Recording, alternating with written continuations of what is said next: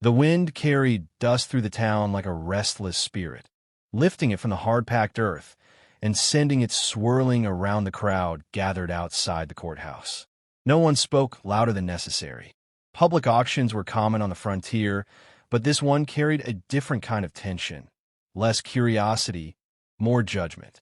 At the center of it stood Elias Turner. He did not bow his head like the others who had come before him that morning. His shoulders were squared, his jaw set, as though defiance alone could hold him upright. Months of hardship had carved sharp lines into his face, yet there was nothing weak about him. The man looked like he belonged on horseback beneath an open sky, not standing on a wooden platform while strangers assessed his worth. Beside him stood his daughter. Lily clutched his hand with both of hers, small fingers wrapped tightly around the calloused ones that had once built a thriving ranch. She did not cry. She did not speak. Her wide eyes moved across the crowd, absorbing the whispers she was too young to fully understand but old enough to feel.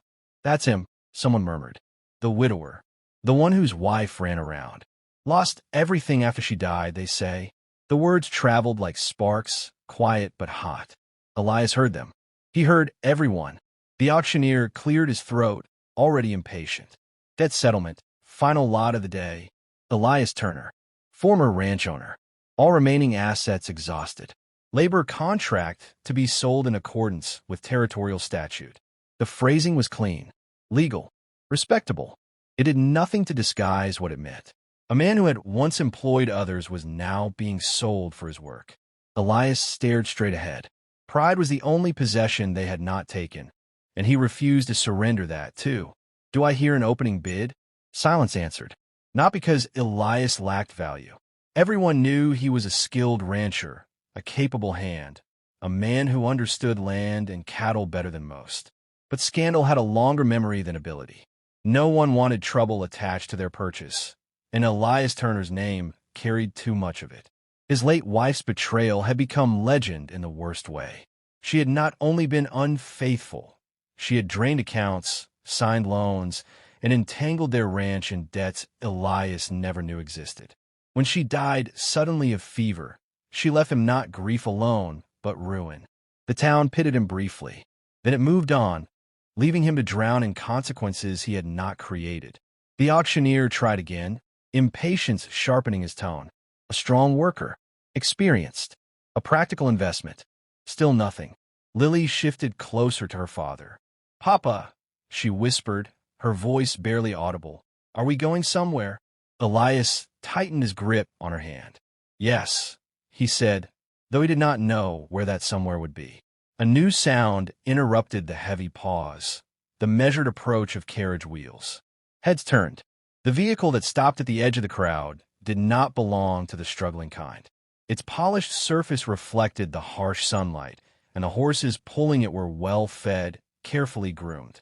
From it stepped a woman dressed in dark traveling clothes, her posture straight, her expression composed to the point of severity. Clara Whitmore did not hurry. She walked forward as though auctions, whispers, and judgment meant nothing to her at all. The crowd parted, curiosity overcoming hesitation. People knew her name.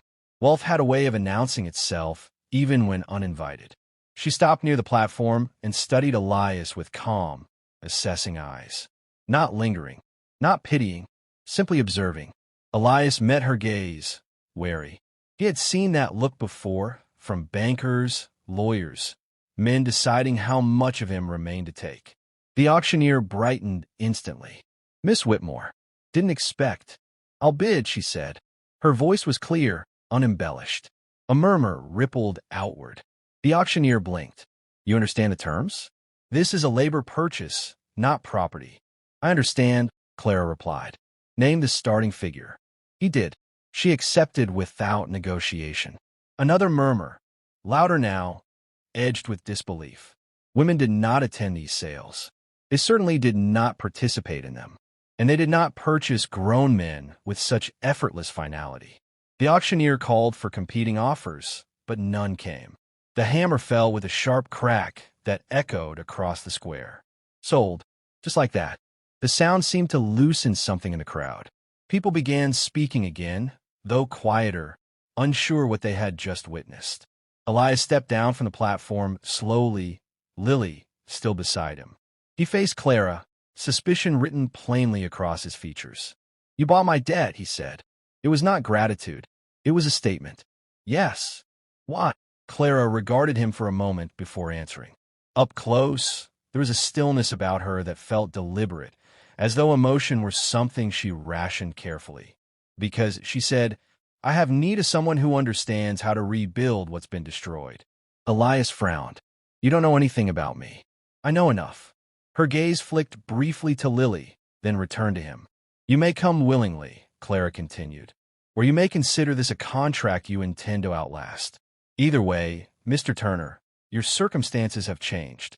Elias studied her, searching for mockery, for hidden motives, for anything that explained why a stranger would spend a small fortune on a man everyone else had refused. He found none. That unsettled him more than cruelty would have. Lily looked up at him. "Papa, is she our boss now?" Elias hesitated. Clara answered before he could. "No," she said quietly. "Not your boss." She met Elias's eyes again. "Your second chance." The words landed between them, heavy with implication. Elias did not believe in second chances. But as he followed her toward the waiting carriage, leaving behind the only life he had ever known, he realized he no longer had the luxury of disbelief. And he could not shake the feeling that whatever Clara Whitmore had truly purchased that day, it was not labor. The Whitmore estate stood on a rise overlooking miles of open land, its white exterior stark against the vast brown of the plains. It was neither ostentatious nor humble. Like its owner, it seemed designed with purpose rather than display. Elias noticed that immediately. This was not the home of someone seeking admiration. It was the home of someone building walls.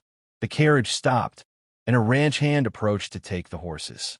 Clara stepped down first, offering no explanation, no welcoming gesture. She simply expected them to follow. Inside, the house was quiet, too quiet. The polished floors showed no signs of children running across them, no clutter of a life shared. Everything had its place. Everything remained untouched. Lily's boots sounded unnaturally loud as she walked. Elias crouched beside her. "Stay close," he murmured. "I am," she replied, though her gaze moved curiously across the wide hallway. Clara paused at the foot of the staircase and turned to face them. "Your rooms are prepared," she said. "Mr. Turner, you'll find work schedules in the study tomorrow morning. You'll oversee the south pasture restoration." Elias frowned. "You already planned this." "Yes. You were certain I'd accept. I was certain you would prefer work to charity." The remark struck closer to truth than he liked. He straightened. "And what exactly do you expect from me?" "Competence," Clara answered. "Nothing more. Nothing less." Her tone carried no warmth, yet no disdain either. It was the voice of someone accustomed to agreements, not relationships. Lily tugged lightly at Elias's sleeve. "Do we live here now?" Clara's expression softened, just barely. "For as long as you wish to." Elias caught that subtle change. It vanished so quickly he wondered if he had imagined it. A housekeeper appeared, leading Lily toward a smaller room at the end of the hall. Elias started to follow, but Clara spoke again. "She'll be safe here." "I didn't ask for safety," Elias said. "No," Clara replied. "You asked for dignity. I intend to provide both." Their eyes met, tension sharpening the air between them. Elias did not trust her. He did not trust sudden kindness, carefully worded promises, or opportunities that appeared without cost. Life had already taught him that every gift carried a ledger. "What do you gain?" he asked bluntly. "People don't spend money the way you did without reason." Clara did not seem offended by the question. If anything, she appeared to expect it. "I gain a working ranch," she said, "and the satisfaction of investing wisely." "That's not the whole truth." "No," she admitted, "but it is the only part that concerns you." The answer frustrated him because it closed the conversation without resolving it. Clara gestured toward the door leading outside. "You should see the land before sunset. It helps to understand what must be repaired." Elias followed her reluctantly. The fields stretched wide, but neglected. Fences leaned where posts had weakened. Sections of pasture had grown wild. It was not failure. It was abandonment. A place waiting for someone to care whether it survived. You bought all this recently, Elias observed. Yes. And you don't know how to run it. No. Then why risk it? Clara looked out over the land rather than at him. Because I know what happens when something valuable is left in the wrong hands. There was something in her voice then, not anger, not sorrow, but recognition. Elias studied her profile. For the first time, he sensed that whatever had brought her to that auction was not impulse. It was memory. Behind them, the screen door creaked. Lily stood watching, clutching a small piece of paper. I made something, she said hesitantly. She handed it to Clara. It was a drawing. 3 uneven figures beneath a wide sun. One tall, one small, one standing slightly apart, as though unsure whether she belonged. Clara stared at it longer than necessary. Is that us? She asked. Lily nodded. You looked alone. The words were simple, honest, unintended. Clara folded the paper carefully. Thank you, she said. Elias noticed she did not smile, but she did not hand the drawing back. That night, the house remained quiet, yet it no longer felt empty in quite the same way. Elias sat at the edge of the bed in his assigned room, listening to unfamiliar stillness. He should have felt relief. Instead, unease settled deeper. Clara Whitmore had given him work, shelter, and respect, but withheld the one thing that would make sense of it all. Her motive. Across the hall, Clara placed Lily's drawing inside the top drawer of her desk. Beneath it lay an old letter, its edges worn from having been read too many times. She did not open it. Some histories did not require rereading. Outside, the wind moved across the unfinished land, carrying the promise of change neither of them had yet agreed to trust. And in separate rooms, under the same roof, 2 people who had been broken by betrayal lay awake, each wondering whether the other was a remedy, or another mistake waiting to happen. By the end of the first week, the Whitmore land no longer looked abandoned.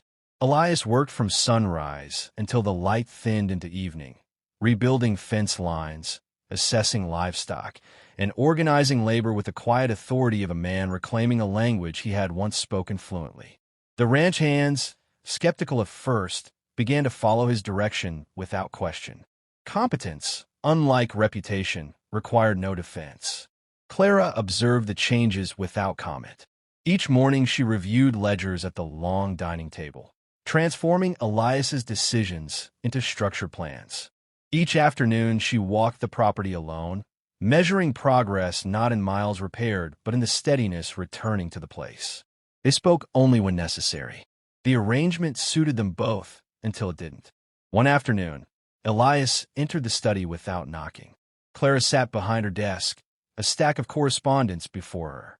She looked up, unsurprised by the interruption. The north pasture will be ready for grazing by next month, he said. We'll need additional cattle to make the season profitable. I've already arranged a purchase, Clara replied, sliding a document toward him. Elias scanned it.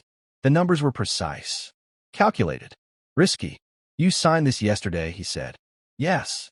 You didn't consult me. You weren't hired to manage my finances. Elias set the paper down, irritation tightening his voice. And you didn't buy me to ignore my judgment. Clara met his gaze evenly. If I had wanted obedience, Mr. Turner, I would have hired someone far less capable. The statement should have sounded like praise.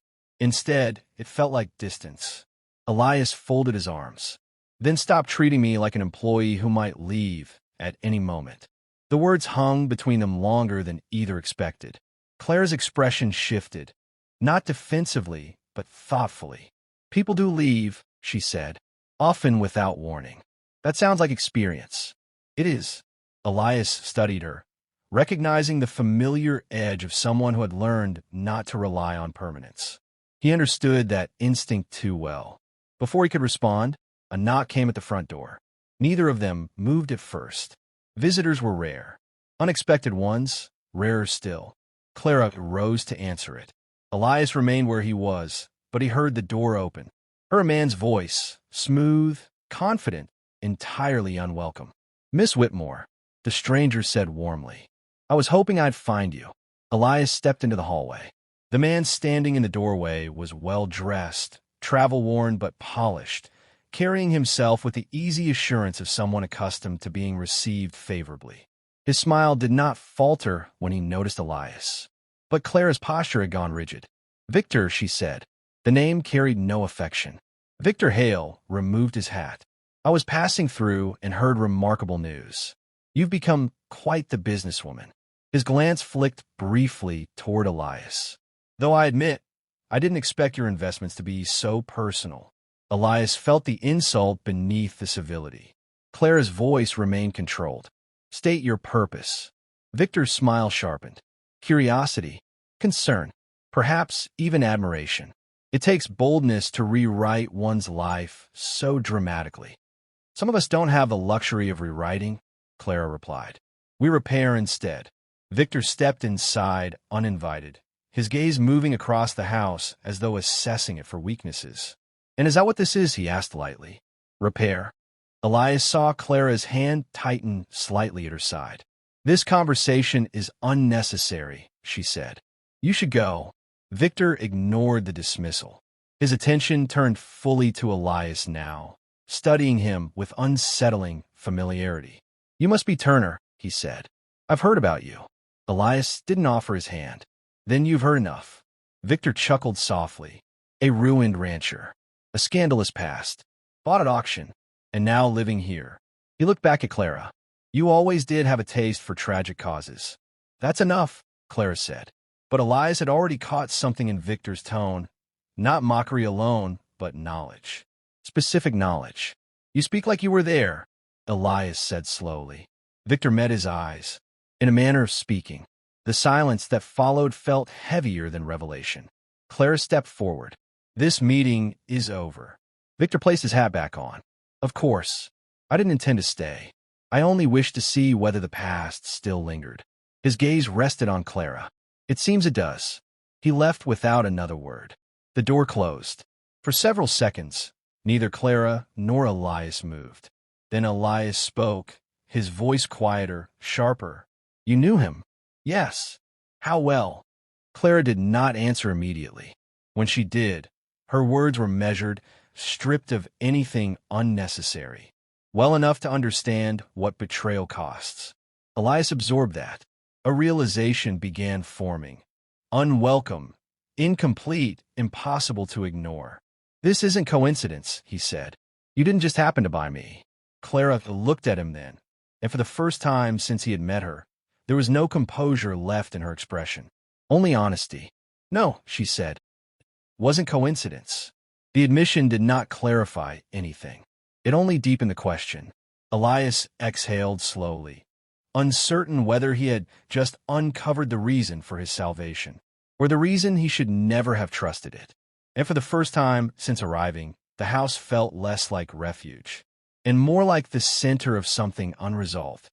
The days following Victor Hale's visit settled into a strained stillness that neither Clara nor Elias attempted to break. Work continued.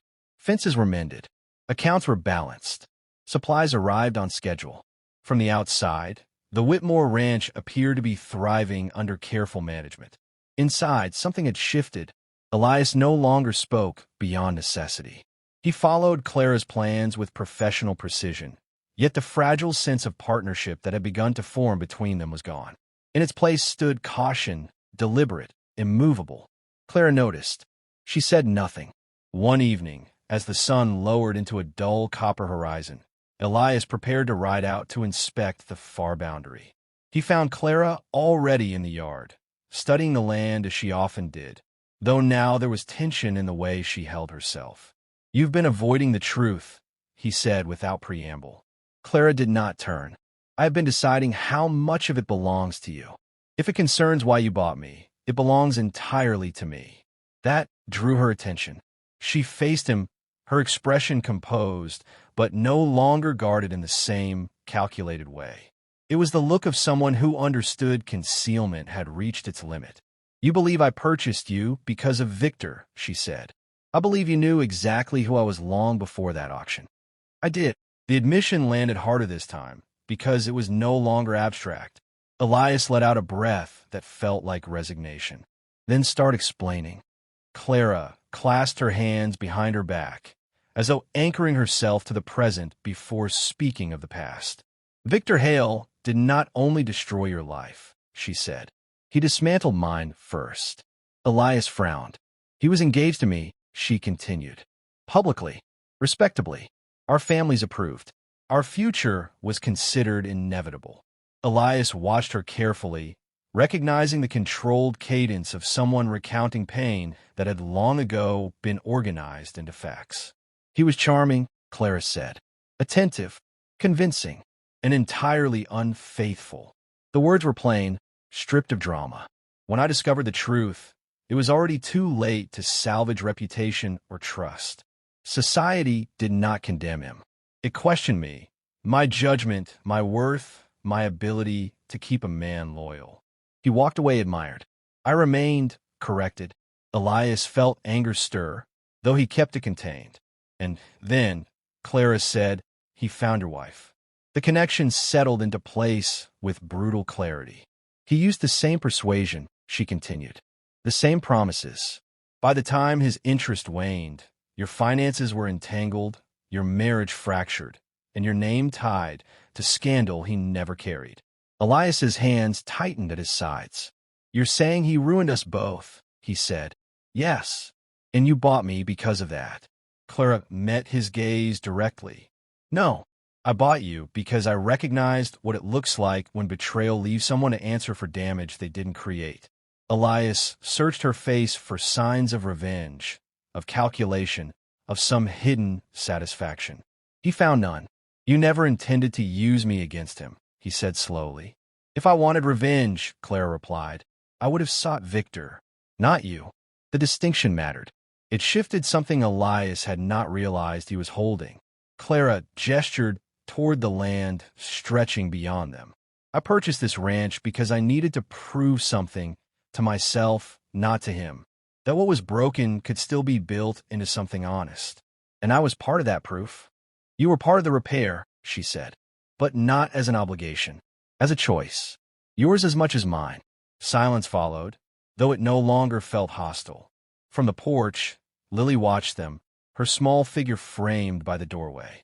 She had grown used to observing adults whose words carried weight she could not yet measure. Are you arguing? She called. Elias glanced back. No, Clara allowed the faintest hint of a smile. We are clarifying. Lily seemed satisfied with that and disappeared inside again. Elias turned back to Clara. You could have told me from the beginning. Yes, Clara said, but you would have mistaken understanding for pity, and I would not have you stay here for that reason. He considered the truth of it and realized she was right. Trust, once fractured, did not accept explanations easily. It required time, evidence, patience neither of them had possessed when they first met. What happens now, he asked. Clara's answer came without hesitation. Now you decide whether this place is employment or something you help shape. Elias looked across the repaired fences, the steady rhythm of a ranch returning to life, and understood that the decision in front of him was not about debt or contracts anymore. It was about whether he could risk belonging somewhere again. The past had followed them both to this land. The future, however, had not yet been claimed. And for the first time since the auction, Elias realized Clara Whitmore had not purchased a man at all. She had offered him the one thing neither of them had been given when their lives fell apart. A chance to choose what came next.